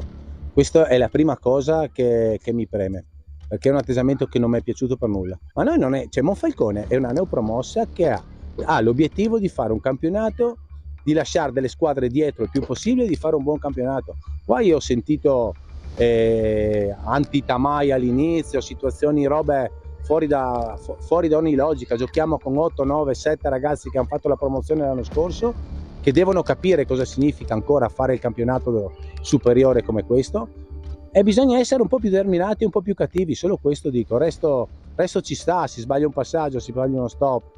A me sta bene tutto, gli errori per me non sono mai un problema. Mi incazzo come una bestia quando non ci si mette quello che ci si deve mettere per indossare questa maglia azzurra qua. Io pretendo di più da chi indossa questa maglia. Ecco, quando l'allenatore dice questo mi pare chiaro che non va, cioè vuole di più. Sì. Direi che c'è poco da aggiungere, no? Sì, che vuole di più, ma è la tua scelta, non la mia. Ah, ok, sì. No, ma non è tanto che la mia, è che però, mi ha fatto specie una dichiarazione così chiara. Lui dice non va parlando della partita di domenica persa. Certo. Ok, però poi lui dice anche che loro sono una squadra che deve guardare a mettersi altre compagini dietro perché devono salvarsi. Io sono uno di quelli che pensava che l'UFM fosse una delle candidate a fare la corsa col Tamai, però il mister dice così. Quindi per me, fino a questo momento, se quello è l'obiettivo, l'UFM ha fatto il suo campionato. Però lui il mister parlava di questa partita di approcci, e siccome non è la prima volta che sottolinea questa cosa, vuol dire che non è contento di certe sfumature, di certi atteggiamenti sulla partita. Anche no? Gorizia l'aveva fatto, no? Anche Gorizia, vincendo. Bravo, anche Gorizia. Per quello ho voluto segnalare questa cosa che riguarda Monfalcone, che non è riuscito a trovare effettivamente una continuità che forse, al netto che non sia un anti-Tamai, forse anche lui si aspettava. Chi volevi dire tu? Io ti dico un'altra squadra di eccellenza. Per me il non va è il Casarsa, unica squadra a non aver mai vinto in eccellenza. Domenica è andata in casa del Maniago Vajont che aveva 0 punti e ha perso, è rimasta l'unica senza vittorie. Se tu vuoi salvarti devi provare a infierire, a affossare una squadra che è ultima e a 0 punti. Io sono d'accordo con tutti e due, questo giro qua. Tu mi hai fregato. Tu Massimo tu hai detto una cosa giusta, il mister giustamente forse voleva spronare anche i ragazzi, secondo me, perché ha detto anche giustamente dalla promozione in eccellenza. Io continuo a dire che le categorie sono fatte per un motivo. Pensava bene, però è il momento di darsi una mossa, cambiare un po' ritmo, uno step no? un po' più alto. Sì, perché sennò è un problema, anche perché Monfalcone è una piazza, non è già facile di per sé, e quindi ha fatto bene a spronare i ragazzi e assolutamente devono essere più concreti e pedalare. Bene, è il momento di scegliere la miglior parata e il miglior gol. Qua mi dovete dare una mano anche voi, guardate che gesti abbiamo scelto questa settimana. Cominciamo con la parata. Prima parata che vi propongo, Zanier del Pordenone, prima respinge, forse la prima respinta sul tiro da fuori non è il massimo, però poi guardate come va a recuperarla. Comunque è una doppia parata. Qua invece c'è Grubizza, proprio del Monfalcone, autore di una prestazione notevole perché ha fatto più di qualche parata decisiva nonostante la sconfitta con Rive Fleibano. Questa insomma gran parata. E questo è di Moretti, portiere del Codroipo, su Zorzetto, scontro insomma importante dell'eccellenza, scontro da vertice. Non ho visto. Sì, ha fatto anche un'altra parata, questa è quella più importante. Tra le tre, quale vi piace di più? Moretti. Moretti. Maniero? Io l'ultima, adesso non ricordo Moretti. il nome. Sì. D'accordissimo. Moretti, a me piaceva tantissimo quella di Grubica che stiamo rivedendo, perché... No, ma queste due sono più istintive, Sì. invece quell'altra, cioè il colpo di testa stava andando anche verso l'esterno della porta, quindi è ancora più difficile per il portiere, vedi come sta uscendo verso il... e smanacciarla e buttarla sopra la traversa... Cioè qui l'ha voluta fare lui così, esatto. là è più reazione al tiro, no? Queste sono più istintive, queste due.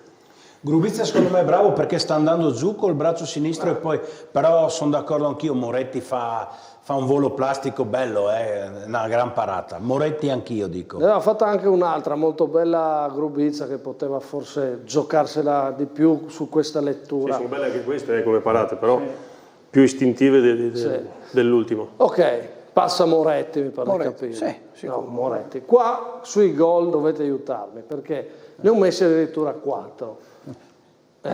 Insomma, Pippo, infatti ma anche Simone Motta ha fatto il gol. Più di qualcuno bene. Io con la punta già andava bene. Questo è Gerussi dell'Unione Martignacco da fuori, questo è Mossenta del 13° a Buia, sono molto simili, no?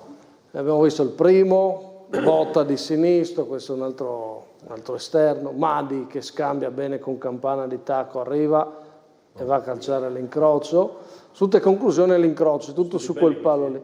E anche queste, tutti di promozione, Rosa Gastaldo prende e va a metterla là. Allora, è difficile non però. So tu, ma da fuori area io infatti... Se questo voleva fare, cioè se questo l'ultimo voleva fare il gol? Sì, voleva fare il gol, te lo so. Voleva fare Rosa Gastaldo ha quelle giocate lì. Quindi ve li faccio rivedere un'ultima volta. Abbiamo visto Gerussi. Siamo un po' in difficoltà per la scegliere, perché mannaggia. Ma questo è un fattore positivo. C'è anche il primo gol, è bellissimo, quello lì, cioè, l'esterno così sinistro. Questa l'azione, anche questa bella. Più l'azione magari che anche il gol. Cioè.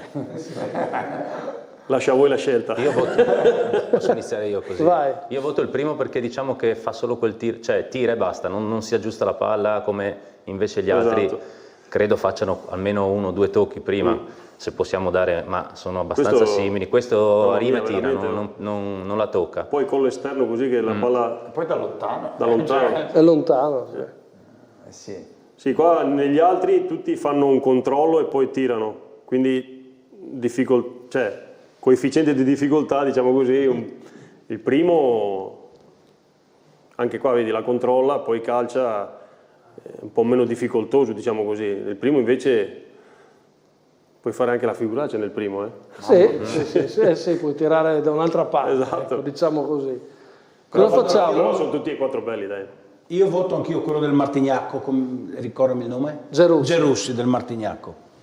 Io invece vado su tutti i belli gol, assolutamente vado su Madi, perché a me piacciono tanto gli 1-2, il controllo e calciata nel set, dico un bellissimo gol. Anche questo fa... Direi abbiamo più Gerussi però, più primi. Sì. Ok, passa Gerussi. Che dura stasera, portarla hai fuori. fatto questa sera. Ma 4 gol c'è. Che dura. Jimbo, prima di chiudere abbiamo una serie di cose da commentare assieme. Eri con me a vedere il derby Teor-Rivignano. Senti che cosa ha detto Berlasso a fine partita su questa vittoria, poi mi dici la tua. Dove a un certo punto siete quasi andati in difficoltà. No, togli il quasi. Siamo andati in difficoltà, ma più che difficoltà tecnica o fisica, abbiamo ancora, e su questo lavorare, una difficoltà emotiva, cioè non essendo ancora un gruppo così, ma è normale, ripeto, 13 nuovi, un cambiamento anche strutturale importante, e cosa succede? Che non abbiamo ancora quegli automatismi che nelle difficoltà ti portano magari a fare quella cosa che sai che il compagno lo aiuta, e perciò tendiamo un po' a ragionare in maniera emotiva e tendiamo un po' a slegarci, però ripeto, va dato il motivo che comunque anche quando subiamo queste situazioni la squadra non crolla, cioè soffre. E diciamo che imparare a soffrire secondo me è una caratteristica che ci deve aiutare a crescere. Imparare a soffrire fa sempre bene. E poi sì, imparare a soffrire sì, però è vero che si soffre un po' meno quando la palla davanti arriva a usare cabine con Radin, no? Lì si soffre un po' meno, credo. Sono fortunato ad avere giocatori così, ma lo so, ed è una cosa che mi fa piacere. Io ringrazio il settore, non è che mi mette in difficoltà questo, anzi, cioè, ripeto, le difficoltà sono state date dall'avversario che non ha mollato, ma io dei miei giocatori sono veramente contentissimo, ma sia nell'approccio delle cose, sia nel comportamento che hanno, sia nella volontà di creare quella cosa che io ritengo che ancora ci manca per fare uno step, per diventare la squadra. Io non dimentico anche Nardella, Battistin, sono giocatori, sì, il Vise, sono tutti giocatori, siamo una squadra importante, e questa aspettativa che il mondo dei dilettanti ci ha dato, sì, non è, cioè, dobbiamo imparare ancora a gestire, ma ce la prendiamo perché è giusto, ci sta. Sì. Cimo, come la vedi? Ma guarda, ti faccio solo una piccola premessa per, oltre alla bellissima giornata, un derby difficile, sentito, ma molto sentito, un ringraziamento all'organizzazione e a tutto il Teur che ogni volta che si va là sono speciali, gentili, educazione, sono il massimo proprio, difatti la tribuna è riempita, cioè tantissima gente. Per quanto riguarda la partita, ti devo dire un derby è sempre difficile, però non è stato molto emozionante da parte mia. Un derby sarebbe stato bello, lo so che da dire 2-2 o 3-3, però un derby non con tantissime occasioni. Primo tempo, secondo me, i primi 10-15 minuti Rivignano ha fatto un po' più la partita. Ma su questo tema del soffrire di Berlasso cosa dici? Questa squadra davvero deve avere quella cosa o dovrebbe pensare ad altro? Ma lui è una squadra strutturata per fare il salto di categoria, è poco cosa dire. Con 3 attaccanti così, poi con parliamone. Però cioè, non dico dovrebbe, che sono si può dire che è una forzatura dire che non dovrebbe soffrire una squadra così, o anche quando hai tanti attaccanti? Tutte le partite sono difficili da giocare, perché non sono facili, per l'amor di Dio, però è una squadra che è fatta per stare in alto, è poco cosa fare. Per dominare, nel senso, ti faccio un esempio, la Varea Mortean, che tutti dicono che è fortissima, ecco, domenica ha fatto una partita di quelle che domini, no? Cioè, quando hai una potenzialità offensiva, magari puoi diventare anche dominante, no? Sì, però attenzione, qui c'era il derby veramente del paese, perché Teur e Rivignano sono lo stesso comune, quindi sono 2 squadre dello stesso comune, quindi il derby... Tipo Milan-Inter. Tipo Milan-Inter, tipo Arsenal-Chelsea, no? Perché ognuno ha il suo... Quindi è giusto anche essere... giusto, insomma, che il derby è una partita che sfugge a ogni pronostico, insomma, quindi...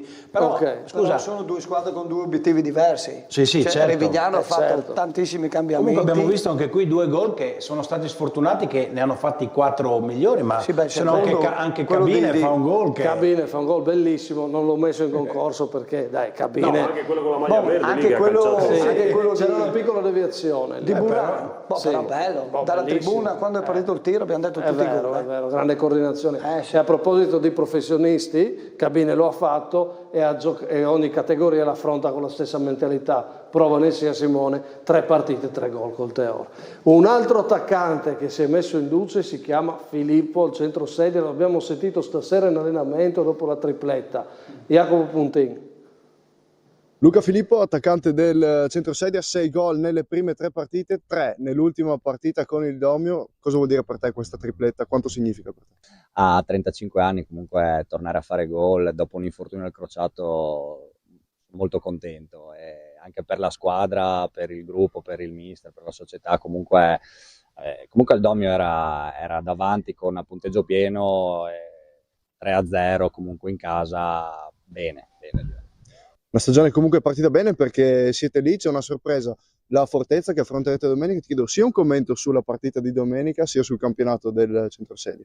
Allora, la Fortezza l'abbiamo già affrontata in Coppa e abbiamo vinto, però avversario molto tosto e comunque sta dimostrando, perché comunque è lì davanti, quindi andremo carichi domenica ad affrontarli. E come campionato, a parte l'inciampo iniziale che purtroppo abbiamo perso 3-0 a tavolino la prima, però dopo abbiamo recuperato con 2 vittorie e adesso vedremo di continuare così.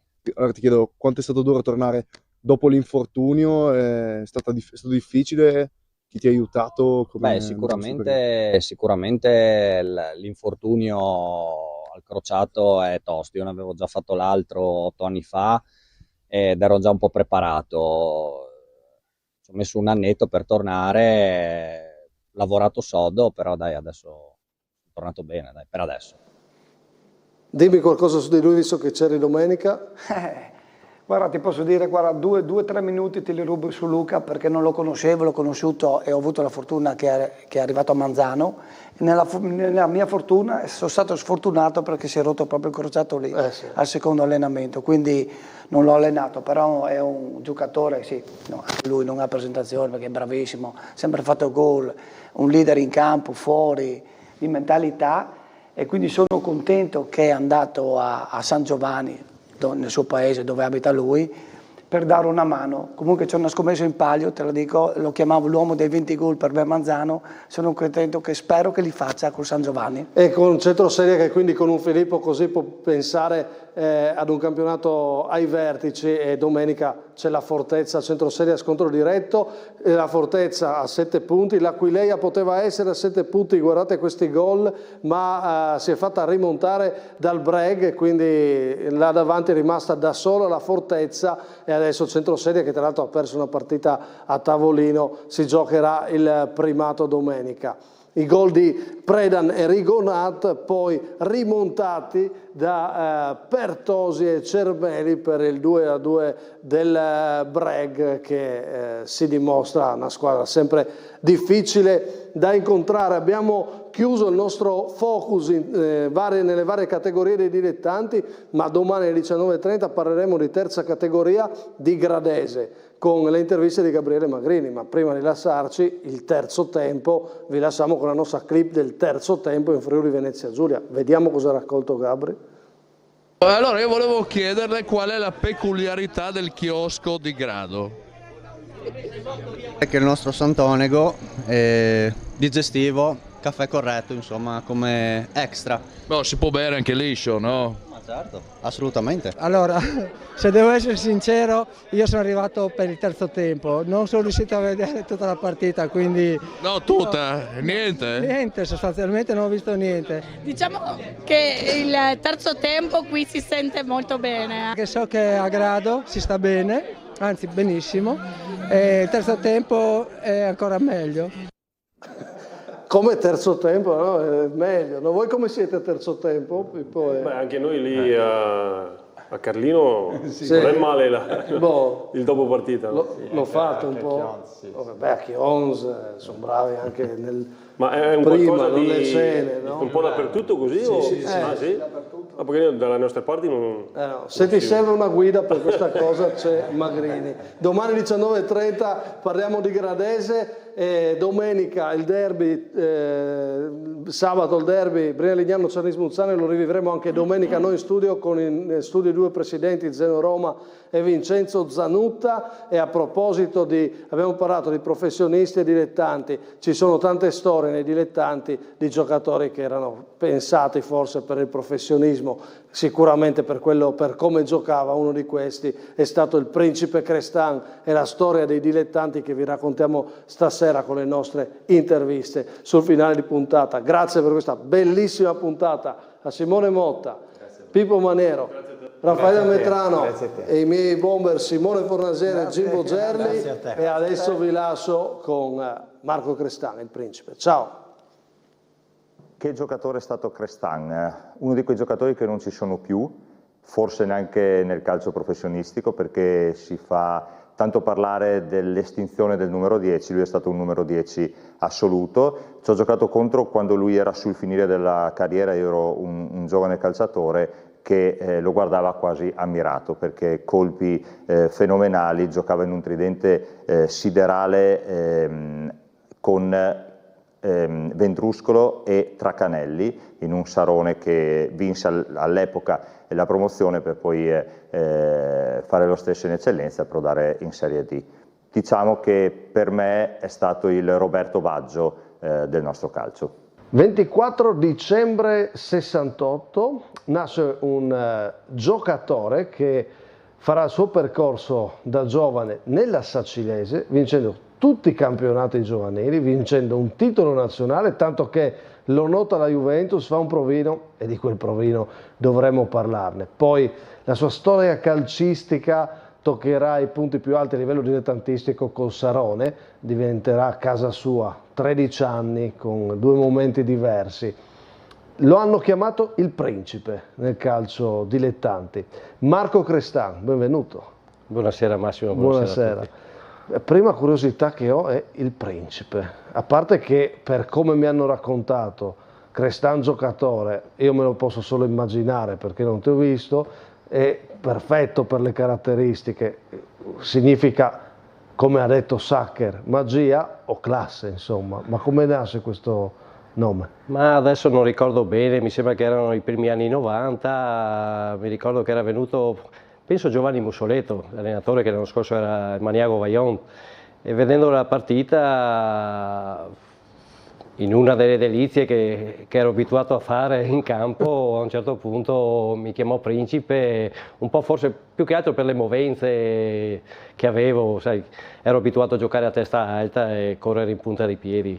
Quindi alla domanda che giocatore eri, che cosa mi puoi rispondere? Ma era un giocatore molto estroso, funambolico, estroso anche troppo, funambolico, dotato di una grande tecnica e molto carismatico in campo. Sì. Qual era il colpo? Alla fine è un giocatore normalissimo. Non credo. Qual era il colpo che ti piaceva di più col pallone? Cosa ti piaceva fare? Quando ero giovane il tunnel. Il tunnel? Il tunnel, quando ero giovane. Poi negli anni, insomma, capisci certe cose. Comunque il dribbling era il mio forte. Guarda, il tunnel, anche quando uno fa il tunnel si apre un mondo. Si vede così poco ormai il tunnel. Sono diventati bravi a non prenderlo. Adesso è sempre più difficile. Ai miei anni, sai, il tunnel. Mi ricordo quando ero giovane, nelle giovanili a Sacile, proprio riuscivo a fare anche 3 tunnel consecutivi. C'era gente che alla fine che trovavo per strada o cosa, e non è per presunzione o cosa, mi dicevano: ma io vengo a vedere le partite proprio di voi lì al settore giovanile per te, perché sei uno spettacolo. Bello. Senti Marco, ma no, non devi preoccuparti, non è che lo dici tu, io un po' mi sono informato prima di questa intervista e ti assicuro che lo dicono tutti. Juventus, era la stagione 1982, prima dell'anno dei mondiali. Andai in prova alla Juventus, mi ricordo come fosse ieri o cosa. Eravamo in 33 da tutta Italia. Ci ritrovavamo là, ci hanno dato le formazioni, 11 contro 11, 11 intanto stavano in panchina, facevo parte dei titolari. Iniziamo la partita, ricevo palla sulla sinistra, mi esce il mio diretto avversario, classico come ti ho detto prima, tunnel, alzo la testa, vedo un mio compagno sul secondo palo, scavetto, gol. Direi benissimo. Passano altri 2 minuti, sostituzione, mi tolgono, aspetto, finisce il primo tempo, dico vabbè, giocherò il secondo tempo. Niente. Passano 10 minuti, passano 30 minuti, finisce il provino. Il dirigente che mi aveva accompagnato, giustamente, sai, ho fatto 600 km per fare questa prova, giustamente cerca dei chiarimenti, va dall'allenatore, dall'osservatore che era un certo Vic Palek, lo zio di Zeman, che era osservatore capo area, insomma, del settore giovanile alla Juventus.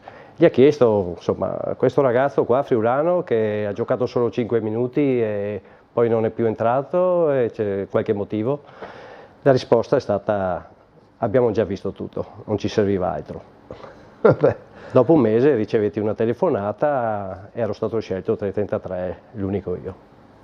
E Crestan cosa fa? Crestan torna a casa come niente fosse. Giocavo per divertirmi, per me è come non fosse successo niente o cosa. Logico che la soddisfazione c'era, la speranza di andare a Juventus c'era. Ma poi ci vai o no? Che non ho capito. Non ci vado perché ovviamente hanno voluto vedermi per altre diverse volte o cosa. Una volta avevo la febbre, quindi non ho reso proprio il massimo, mi allenai con la Primavera, feci un amichevole con la Primavera, non è il massimo. Un'altra volta avevo giocato con la rappresentativa del Friuli in Emilia Romagna, se non sbaglio, e mio padre venne a prendermi per portarmi il giorno dopo a Torino. Fatalità, mai avuto un infortunio muscolare in 20 anni di carriera. Quel giorno là ebbi una contrattura al polpaccio. Peccato. Non riuscii a allenarmi come dovetti, volevano che rimanessi là con la primavera Juventus aggregato in modo da capire, insomma. Poi ci sono state delle cose che non ho mai capito, comunque è stato un problema di soldi. Ricevetti una telefonata e mi dissero che non c'era la possibilità. C'è un'immagine, no? La domanda, che calcio era quello che hai vissuto tu? Beh, rischio di passare per retorico, però mi ha portato una foto Marco Crestan proprio di dove si allenava anche la Juventus, dove si allenavano giocatori importanti di quegli anni, no? I Tardelli, no? Altri. Ecco, quello che vorrei dire ai ragazzi di oggi è non pensare troppo a dove vi allenate, ma i palloni sono troppo duri, perché noi negli anni 80, 90, ma anche i primi anni 2000, questi erano i campi.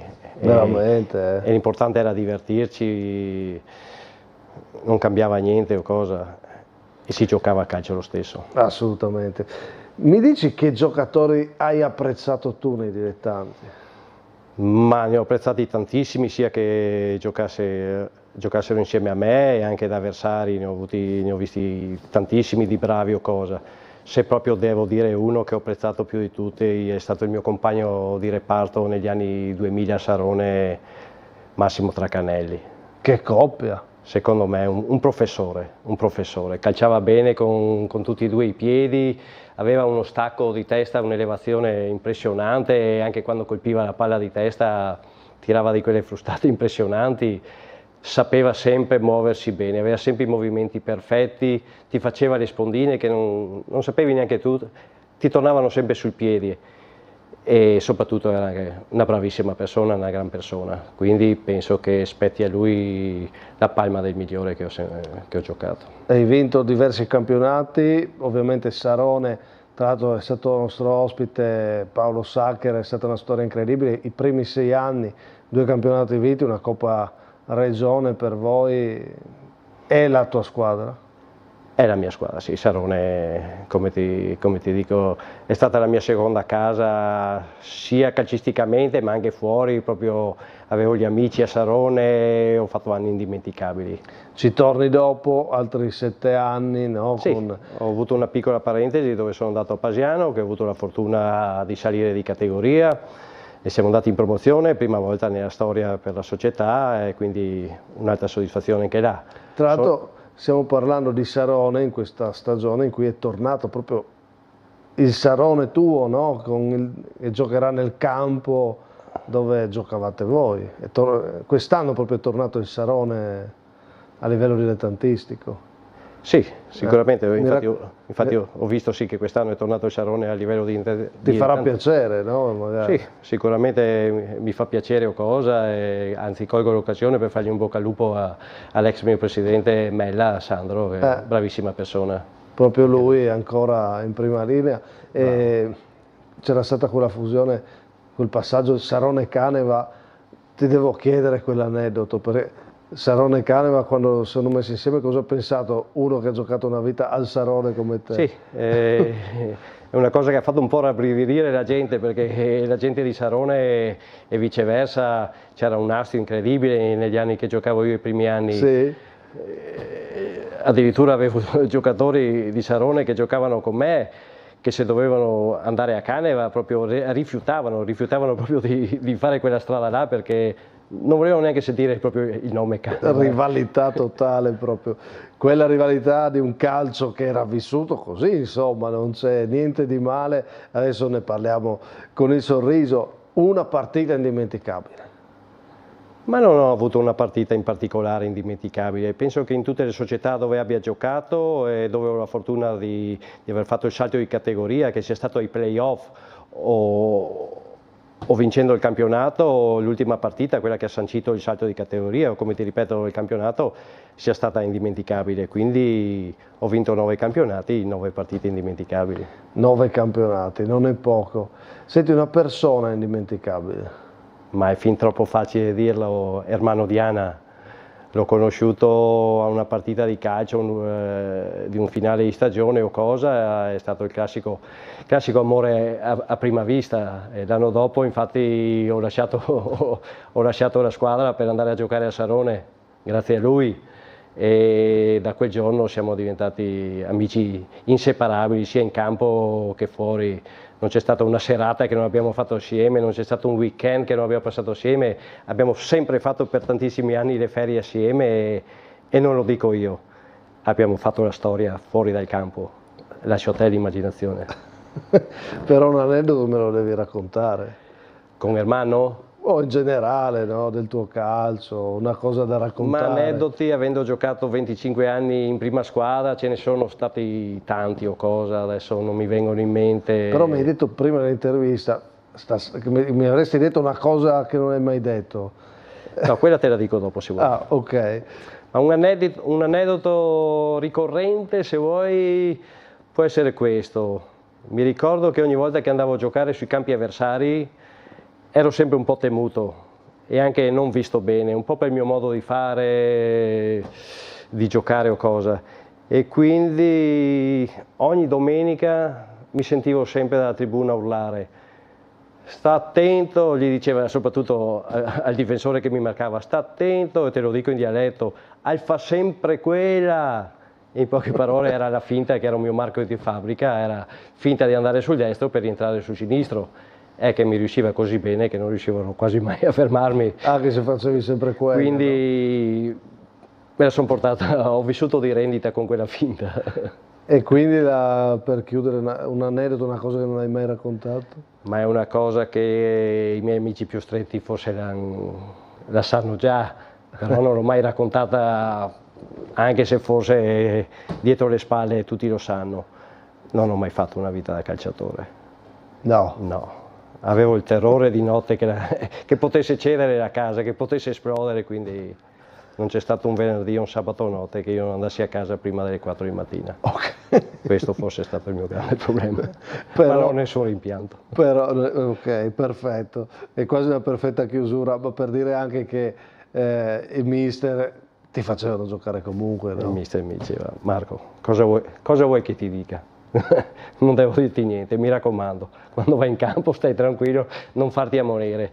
Mi ricordo un episodio, l'ultimo anno che abbiamo vinto il campionato a Gonars, rientravo da un infortunio al menisco o cosa, e il mister De Pieri, mi ricordo che il secondo tempo, a 20 minuti alla fine, stavamo vincendo, mi ha detto: Marco, adesso entri, stai lì davanti, tieni palla, prendi fallo, mi raccomando, non farti ammonire.